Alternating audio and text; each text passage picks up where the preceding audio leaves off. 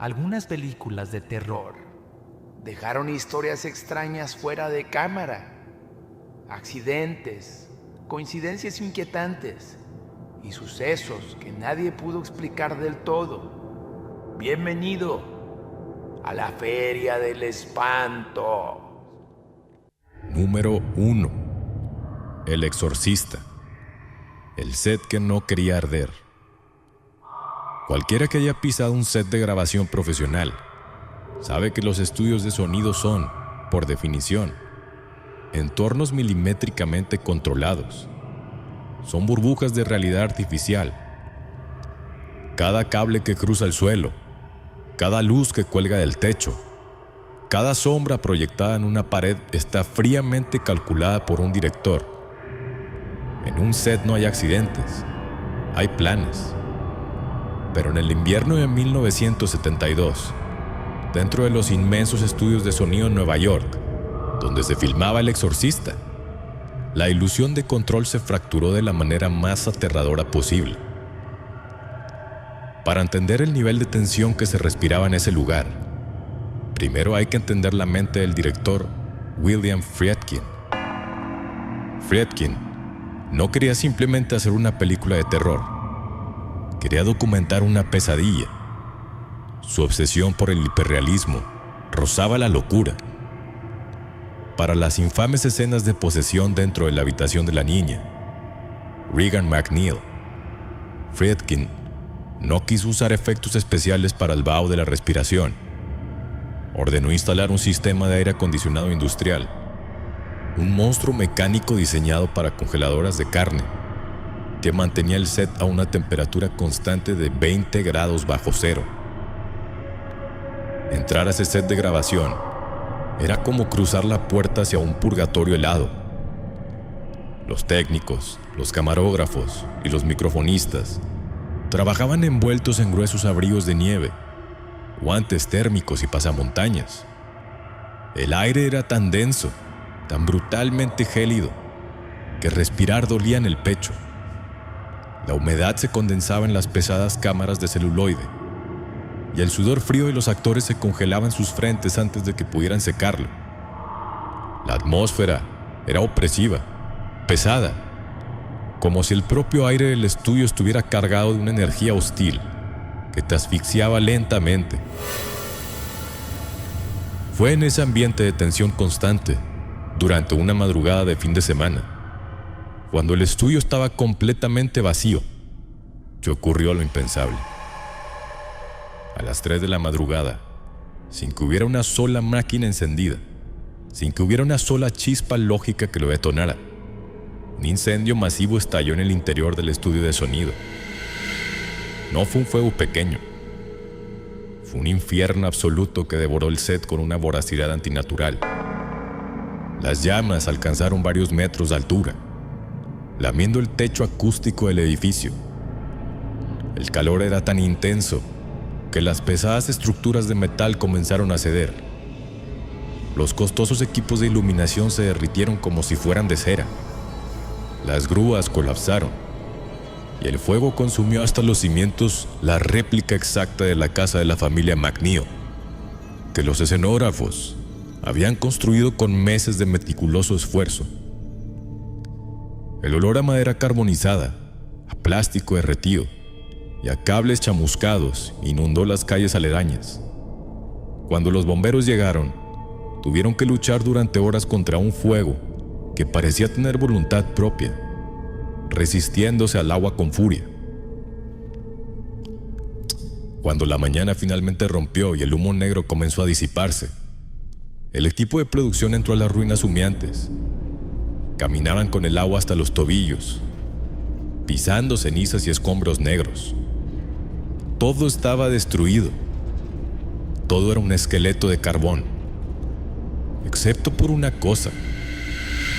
En medio de la devastación total, erguida y completamente intacta, estaba una sola habitación, la habitación de Regan. El cuarto específico donde se grababan los exorcismos, donde se invocaba al demonio frente a las cámaras. No tenía ni una sola marca de quemadura. Las paredes estaban limpias. La cama, donde la actriz Linda Blair era atada y sometida a horas de maquillaje tortuoso, estaba intacta. Las cortinas no se habían derretido. Era como si el fuego hubiera rodeado la habitación, respetando un perímetro invisible. El terror real no fue el incendio, fue la explicación que nadie quería escuchar. El guardia de seguridad del turno de noche, un hombre curtido que se negó rotundamente a volver a acercarse al lote del estudio, tuvo que redactar un reporte. Temblaba mientras escribía. Juró que, minutos antes de que el fuego estallara, las luces de emergencia del pasillo comenzaron a parpadear con una violencia ensordecedora. Y entonces, miró hacia el techo del estudio. Describió una sombra, una masa densa, negra, anormalmente grande, que no proyectaba ninguna luz, arrastrándose como una inmensa araña por las vigas de acero, hacia los cables de alta tensión. La película tuvo que detenerse. El miedo se infiltró en la sangre del equipo de producción. Carpinteros, técnicos de iluminación y maquillistas se negaban a entrar al set reconstruido. El ambiente se volvió tan denso, plagado de herramientas que desaparecían, ruidos incomprensibles en las grabaciones de audio y accidentes inexplicables, que William Friedkin tuvo que tragar su orgullo y hacer lo impensable para un director de Hollywood. Llamó al reverendo Thomas Birmingham, un sacerdote real, para que caminara por los pasillos con agua bendita, rociara las cámaras y bendijera el set, en un intento desesperado por convencer a su equipo de que estaban a salvo de lo que sea que hubieran despertado.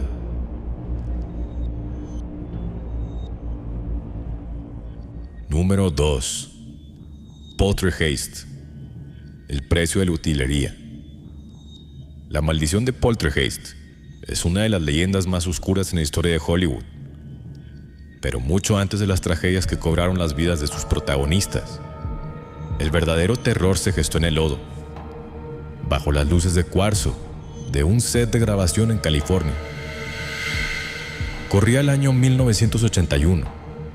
Rodar una película de terror antes de la invención del CGI significaba que los horrores debían ser tangibles, los monstruos debían ser construidos, la sangre debía ser mezclada y el miedo debía ser físico.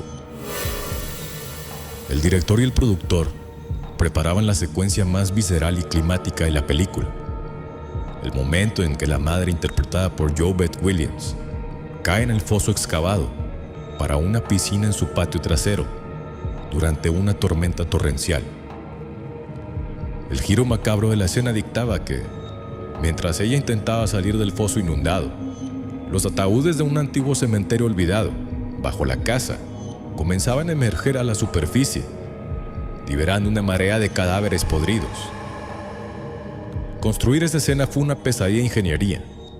Se cavó un agujero masivo en el estudio y se llenó de un barro artificial sumamente denso, frío y pegajoso. Se instalaron inmensas torres de lluvia falsa que arrojaban miles de litros de agua helada sobre el set, creando un ruido ensordecedor que obligaba a todos a gritar para comunicarse. JoBeth Williams estaba exhausta. Llevaba horas empapada hasta los huesos, temblando bajo la lluvia artificial, cubierta de una capa de lodo marrón que se le metía en los ojos y en la boca. El director gritó acción. JoBeth se sumergió en el agua turbia y asfixiante. Las luces del set apenas lograban penetrar la cortina de lluvia. De repente, la maquinaria pesada oculta bajo el foso, sumergida en el agua oscura, cobró vida. Con un gemido mecánico, docenas de esqueletos comenzaron a emerger del lodo a su alrededor. La escena requería que ella proyectara pánico absoluto. Los cadáveres subían, chocando contra ella, enredándose en sus brazos, golpeando su rostro mientras el agua se agitaba violentamente. JoBeth luchaba, empujando los cráneos descarnados, sintiendo las costillas raspando su piel desnuda. La actuación fue magistral. El terror en sus ojos era crudo, animal, primitivo. Las cámaras capturaron un miedo tan genuino que la toma se convirtió en historia del cine. Pero había un secreto oscuro y perturbador detrás de esa actuación perfecta. Algo que ni Joe Bed, ni los operadores de cámara, ni casi nadie en el set sabía en ese momento. Crear docenas de esqueletos de plástico esculpidos a medida para que lucieran aterradores y realistas frente a la implacable lente de las cámaras de 35 milímetros era un proceso extremadamente caro. La producción de Poltergeist, tratando de ahorrar unos miles de dólares del presupuesto, tomó una decisión macabra. En lugar de fabricar huesos de goma, acudieron a una compañía de suministros médicos y biológicos. Compraron esqueletos humanos reales, decenas de ellos, restos óseos genuinos de personas que alguna vez caminaron, respiraron y murieron. Fueron enviados al set sumergidos en lodo artificial y utilizados como simples accesorios para rodear a una actriz que no tenía idea de que estaba nadando en una tumba colectiva real. Cuando la verdad se filtró semanas después, el ambiente en el set no volvió a ser el mismo. El terror psicológico se apoderó del equipo. Los sonidistas, sentados en sus cabinas aisladas, comenzaron a escuchar cosas que no estaban en el guión. Las cintas magnéticas captaban frecuencias extrañas, susurros ahogados debajo del agua, voces rasposas que se mezclaban con el ruido de las máquinas de lluvia. Las luces explotaban en medio del set sin ninguna subida de voltaje que lo explicara, arrojando una lluvia de cristales calientes sobre los técnicos. Pero el momento más escalofriante lo vivió la propia JoBeth Williams, antes de enterarse de la macabra verdad sobre los huesos. Durante un descanso en la grabación de esa misma escena acuática, mientras estaba en el foso y el equipo ajustaba un lente a unos metros de distancia, el set se quedó en un silencio relativo, roto solo por el goteo del agua. JoBeth estaba flotando en el barro, esperando. Fue entonces cuando lo sintió. Debajo de la superficie lodosa, donde la luz no llegaba, algo tocó su pierna. No fue un roce accidental, con un maniquí mecánico. Fueron dedos fríos, delgados, que se cerraron con firmeza alrededor de su tobillo izquierdo. Y antes de que pudiera procesarlo, sintió un tirón seco y violento hacia el fondo. JoBeth emergió gritando aterrorizada, chapoteando desesperadamente hacia el borde de concreto del foso, exigiendo a gritos que sacaran a quien sea que estuviera buceando allá abajo para asustarla. El set se paralizó. Los buzos de seguridad, encargados de la integridad de la actriz, saltaron al agua oscura con linternas submarinas y peinaron cada centímetro del foso cuadrado. Subieron a la superficie 5 minutos después, mirándose unos a otros, confundidos. No había nadie más en el agua, solo los huesos. JoBeth terminó la película bajo un estrés postraumático severo. Hasta el día de hoy, asegura que durante todo el tiempo que duró el rodaje, cada vez que regresaba a su casa por la madrugada, los cuadros de su sala y su habitación estaban torcidos en la pared. Los enderezaba religiosamente antes de dormir. A la mañana siguiente, volvían a estar chuecos. Alguien o algo la había seguido a casa. Número 3. El conjuro. Las marcas de la entidad. Cuando decides contar una historia basada en hechos reales, especialmente una que involucra dolor, trauma y presencias oscuras, abres una puerta. Y el problema con abrir puertas hacia lo desconocido es que nunca sabes exactamente qué va a decidir cruzar hacia nuestro lado. El rodaje del Conjuro en 2012 no fue un set de filmación normal. El director James Wan quería que la película se sintiera como un documental sobre la familia Perron y su calvario con una entidad demoníaca. Para lograrlo, construyeron una réplica aterradora de la casa, y trajeron a actores infantiles para interpretar a las 5 hijas de la familia. Entre ellas estaba Joey King, una niña que, en ese momento, tenía apenas 12 años, encargada de interpretar a Christine Perron.